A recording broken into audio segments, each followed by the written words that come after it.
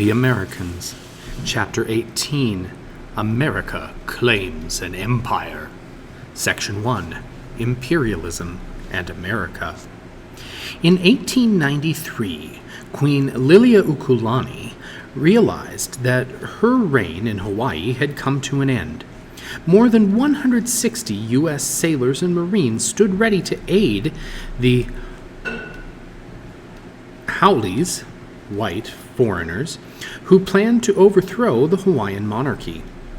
In an eloquent statement of protest, the proud monarch surrendered to the superior force of the United States. A personal voice, Queen Liliuokalani.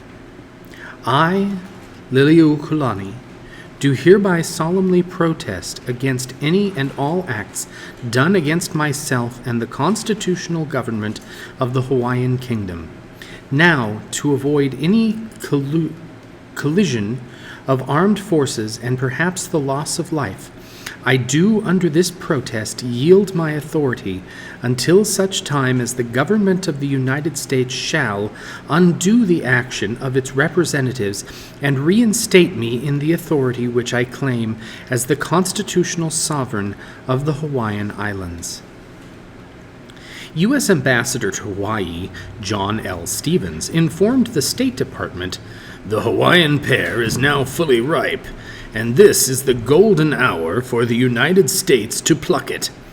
The annexation of Hawaii was only one of the goals of America's empire builders in the late 19th century.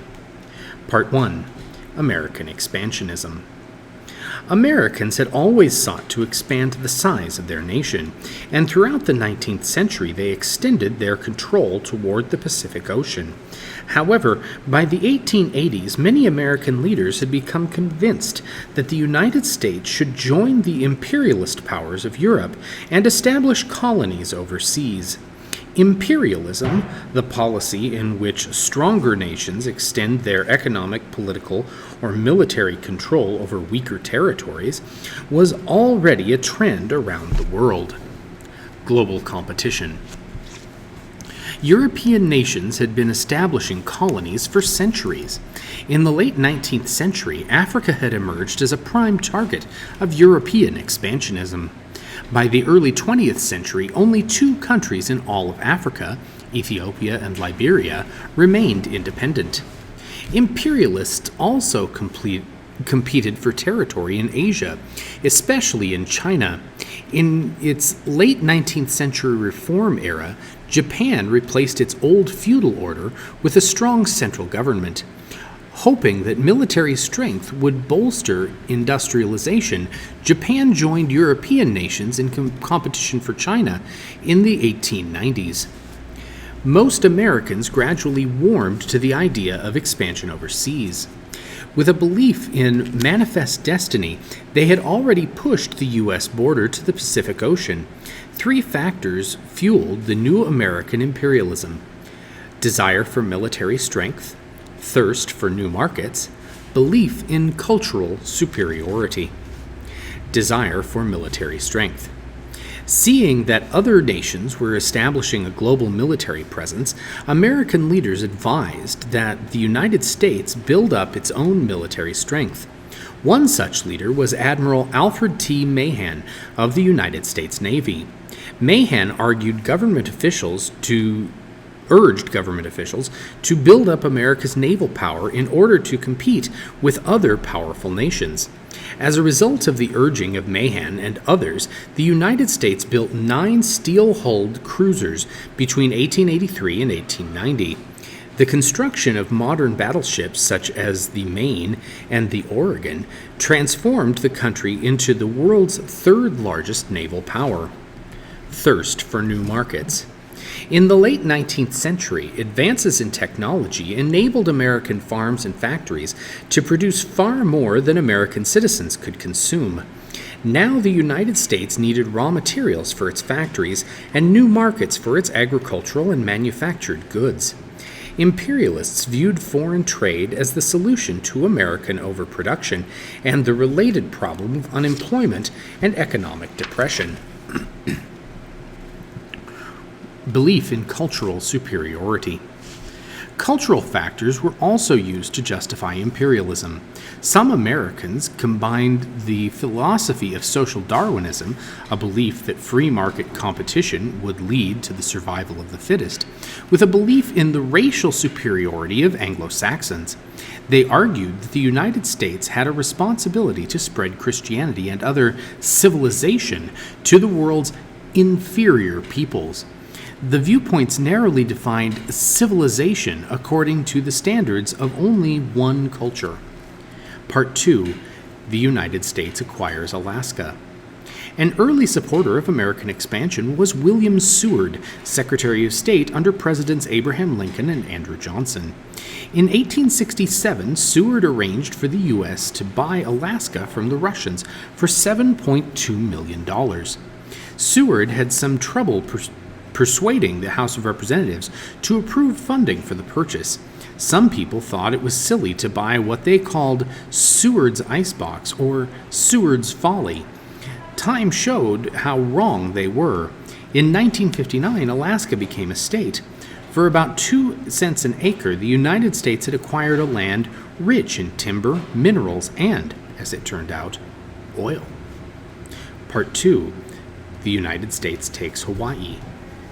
In 1867, the same year in which Alaska was purchased, the United States took over the Midway Islands, which lie in the Pacific Ocean about 1,300 miles north of Hawaii. No one lived on the islands, so the event did not attract much attention. Hawaii was another question. The Hawaiian Islands had been economically important to the United States for nearly a century. Since the 1790s, American merchants had stopped there on their way to China and East India. In the 1820s, Yankee missionaries founded Christian schools and churches on the islands. Their children and grandchildren became sugar planters who sold most of their crop to the United States. The cry for annexation. In the mid-19th century, American-owned sugar plantations accounted for about 3/4 of the island's wealth. Plantation owners imported thousands of laborers from Japan, Portugal, and China. By 1900, foreigners and immigrant laborers outnumbered native Hawaiians about 3-1. White planters profited from close ties with the United States. In 1875, the United States agreed to import Hawaiian sugar duty-free. Over the next 15 years, Hawaiian sugar production increased 9 times.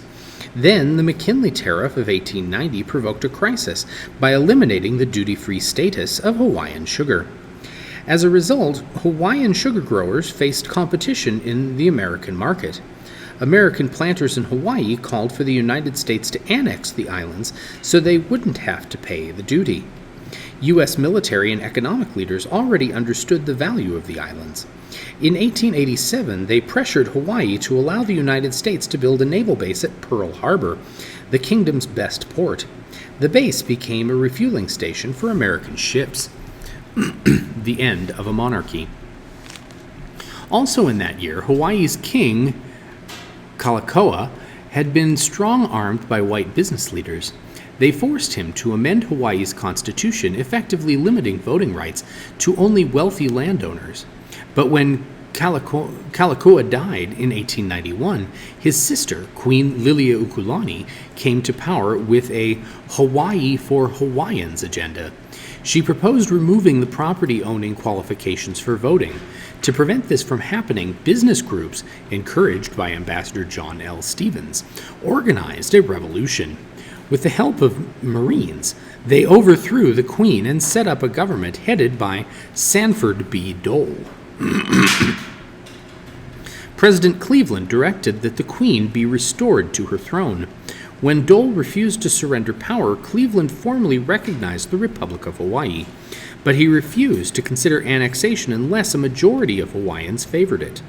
In 1897, William McKinley, who favored annexation, succeeded Cleveland as president. On August 12, 1898, Congress proclaimed Hawaii as an American territory, although Hawaiians had never had the chance to vote. In 1959, Hawaii became the 50th state of the United States.